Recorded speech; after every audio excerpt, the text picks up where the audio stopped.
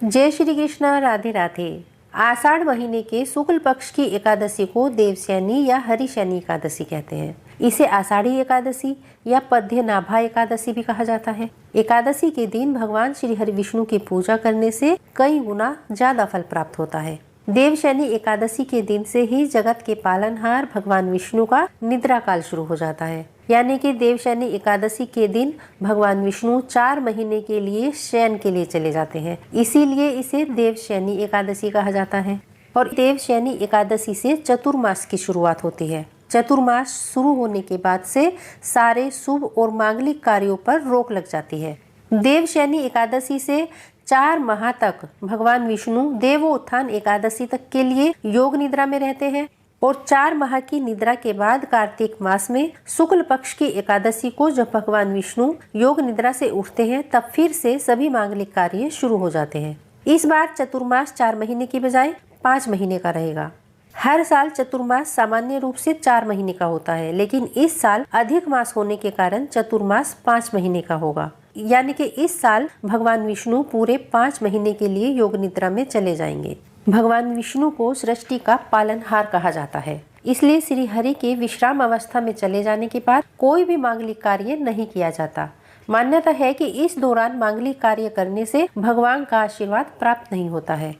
सभी शुभ कार्यों में देवी देवताओं का आवाहन किया जाता है, लेकिन भगवान विष्णु के योग निद्रा में रहने के कारण कोई भी देवी देवता उपस्थित नहीं हो पाते हैं, जिसके कारण इन महीनों में मांगलिक कार्यों पर रोक लगा दी जाती है। धार्मिक मान्यताओं के अनुसार भगवान विष्णु 4 महीने के लिए क्षीर सागर में शेषनाग पर विश्राम करते हैं। ग्रंथों के अनुसार एक बार जब भगवान विष्णु ने वामन का रूप धरकर बलि से 3 पग भूमि में तीनों लोकों पर अधिकार कर लिया, तब राजा बलि को मजबूर होकर पाताल में वापस जाना पड़ा। परंतु भगवान वामन राजा बलि की भक्ति और उसकी दानशीलता से अत्यधिक प्रसन्न थे, इसलिए उन्होंने राजा बलि से कोई वरदान मांगने के लिए कहा। तब राजा बलि ने भगवान विष्णु से कहा कि हे प्रभु, आप मेरे साथ सदैव के लिए पाताल में ही निवास करें। भगवान वामन राजा बलि से अत्यधिक प्रसन्न थे और उन्होंने यह स्वीकार कर लिया और राजा बलि के साथ पाताल लोक चले गए। परंतु इसके बाद माता लक्ष्मी बहुत दुखी हो गई और एक दिन वह भगवान विष्णु को वापस लाने के लिए एक गरीब निर्धन स्त्री का रूप धारण कर पाताल लोक गई। वहां राजा बलि ने उनकी दीन दशा को देखकर उन्हें अपनी बहन बना लिया। तब माता लक्ष्मी ने उनसे कहा कि यदि आप अपनी बहन को खुश देखना चाहते हैं तो उनके पति को उन्हें वापस कर दें।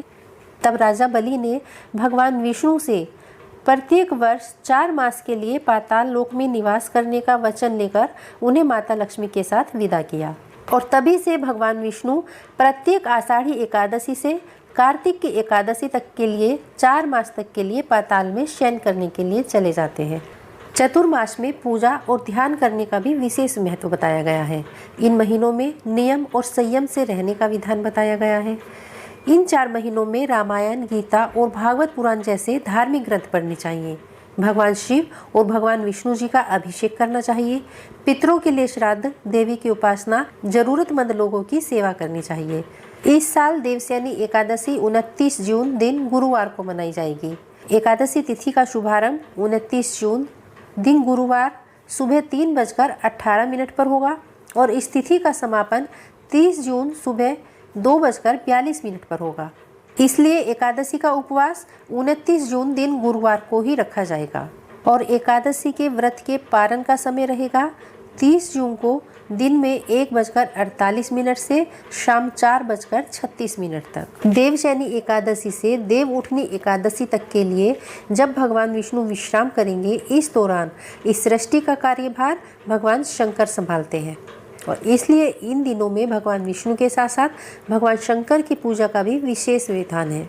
चतुर्मास में भगवान विष्णु के साथ भगवान शिव जी का अभिषेक करना बहुत ही शुभ फलदायी बताया गया है और इस साल एकादशी दिन गुरुवार को पड़ रही है और गुरुवार का दिन भगवान विष्णु का होता है, इसलिए यह एकादशी और भी ज्यादा शुभ फलदायी होने वाली है। आशा करती हूँ देवशयनी एकादशी से जुड़ी ये सभी जानकारियाँ आपको पसंद आई होंगी। देवशयनी एकादशी की कथा की वीडियो भी जल्द ही अपलोड होगी। जय श्री कृष्णा, राधे राधे।